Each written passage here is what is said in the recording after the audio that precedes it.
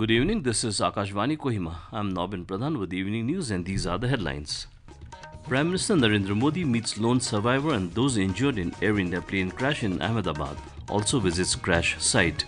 Investigation into fatal plane crash in Ahmedabad continues. Eviction drive clears 17.9 acres of encroached land at Dimapur Airport, and State Cabinet directs Higher Education Department to re-examine proposal of 147 assistant professors. Now the news in detail. Prime Minister Narendra Modi visited the Ahmedabad Civil Hospital in Gujarat this morning and met those injured in the Air India plane crash which claimed the lives of 241 people. The Prime Minister also met the lone survivor of the Air India plane crash, Vishwas Kumar Ramesh, who is a British national of Indian origin and is currently undergoing treatment at a local hospital. Later, Mr. Ramesh shared the devastating experience he went through and how he survived. Sir ने पूछा कि कैसे हुआ तो मैंने उसके बारे में बताया और सब हाल चाल पूछा सब और मेरे नजरों के सब सामने हुआ था को मेरे खुद को भी बिलीव नहीं होता कि मैं कैसे उसमें से जिंदा बाहर निकला क्योंकि थोड़ा टाइम लेके तो मेरे को लगा था कि मैं भी मरने वाला हूँ लेकिन जब मेरी आंख खुल गई मैं देखा ना तो मुझे लगा मैं जिंदा हूँ तो मैंने ट्राई किया जब मेरी सीट से वो मेरी बेल्ट निकाला मैंने वो ट्राई किया जहाँ से निकल सकता वहाँ से मैं निकल गया वहाँ से. Mr. Modi also visited the plane crash site and said the scene of devastation is saddening. In a social media post, the Prime Minister said he met officials and teams working tirelessly in the aftermath. Mr. Modi said his thoughts remain with those who lost their loved ones in this unimaginable tragedy. Later, Mr. Modi held a review meeting in Ahmedabad. He is also a family member of former Gujarat Chief Minister Vijay Rupani, who lost his life in this tragedy. The investigation into the fatal plane crash in Ahmedabad continues with forensic experts visiting the crash site today to carry out a detailed examination. According to police sources, a black box has been recovered from the site. Investigators have also recovered the digital flight data recorder from the crash site. Earlier, the Gujarat Anti-Terrorism Squad, ATS, had recovered a digital voice recorder from the location. The exact cause of the crash remains unknown as forensic analysis and further technical examinations are awaited. Governor of Nagaland, La Ganesan, has expressed a deep sorrow over the tragic demise of former Chief Minister of Gujarat, Vijay Rupani, along with other precious lives lost in the unfortunate incident in Ahmedabad. In his message, Governor Ganesan stated that Mr. Rupani was a respected and dedicated leader whose contributions to public service will be remembered with great honor. The governor further stated that the loss of innocent lives adds to the gravity of the tragedy and the entire nation mourns each of them. Conveying his heartfelt condolences to the bereaved families during this moment of grief, Governor Ganesan offered prayers for strength and comfort to all those affected.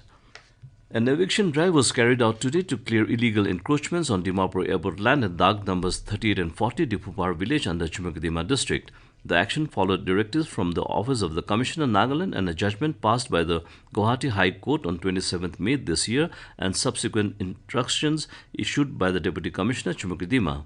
Briefing the media, Deputy Commissioner Chumukdima, Dr. Polan John, said that 22 identified encroachers had willfully ignored repeated notices and failed to comply with the original eviction order issued on December 21, 2019 under the relevant act. A further extension was granted on December 11, 2020. Expiry of 15 days notice period, eviction order under section 6(1) of the act was issued by DC Dimapur, whereby the 22 individuals were directed to vacate and deliver possession of the public land covered by duct number 38 and 40 at Dimapur. Following the Guwahati High Court's recent quashing of a temporary injunction, the evictees were given an additional 14 days to vacate. A total of 17.9 acres of airport land was cleared with several illegal RCC and thatched houses demolished. The district administration said that all legal procedures were followed. This is Akashvani Kohima giving you the news. For quick news update, follow us on our X handles AIR News Alerts and AIR_Kohima. You can also listen to this news bulletin on News on Air app and YouTube channel. Welcome back. You're listening to the evening news. The State Cabinet held a detailed discussion yesterday on the comments made by the Eastern Nagaland People's Organization (ENPO) regarding the draft proposals.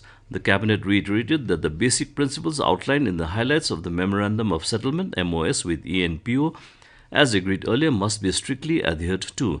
It noted that the 12 remaining points in the MOS where differences still exist can be taken up for further negotiation. The Cabinet also reviewed the report submitted by the Committee on the Absorption of 147 assistant professors under the Higher Education Department. Taking note of the recommendations made by the high-powered committee, the Cabinet directed the department to re-examine the proposal as per due process and resubmit the post-creation proposal for Cabinet approval. In a strong move to enforce administrative discipline and workplace accountability, Deputy Chief Minister Y. Patton conducted surprise inspections across multiple government departments in Wokha today, reinforcing the state's no work, no pay policy. The inspection were carried out at Rural Development, Power and Economics and Statistics departments. At the Rural Development Department, only 12 of 31 staff were present and salary deductions were ordered for absentees. Similar actions were taken at the Power and Economics and Statistics departments.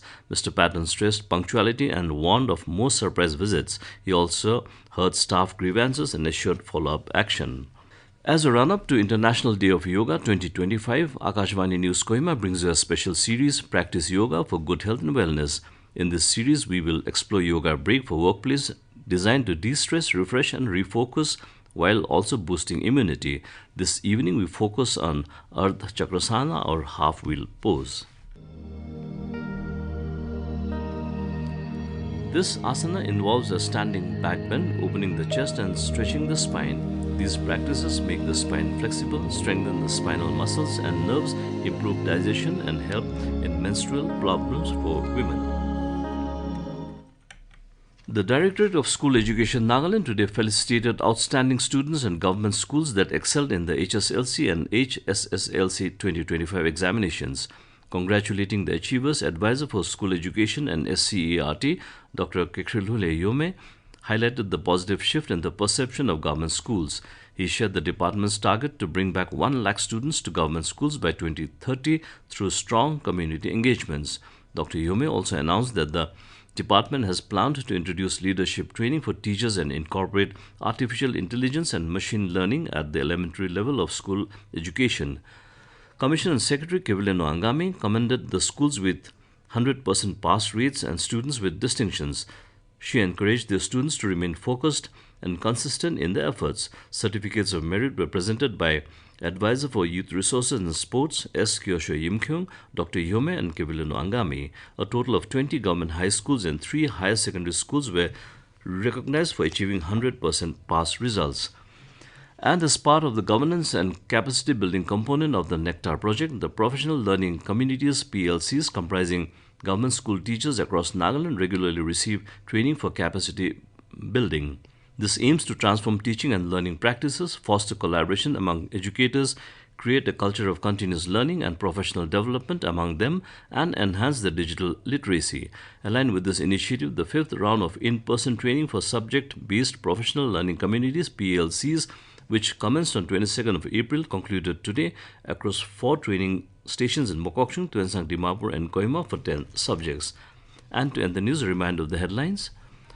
Prime Minister Narendra Modi meets lone survivor and those injured in Air India plane crash in Ahmedabad, also visits crash site. Investigation into fatal plane crash in Ahmedabad continues. Eviction drive clears 17.9 acres of encroached land at Dimapur Airport, and State Cabinet directs Higher Education Department to re-examine proposal of 147 assistant professors. And that's all the news we have for you this evening. We'll be back with the morning English news at 7:30 a.m. tomorrow. Good night.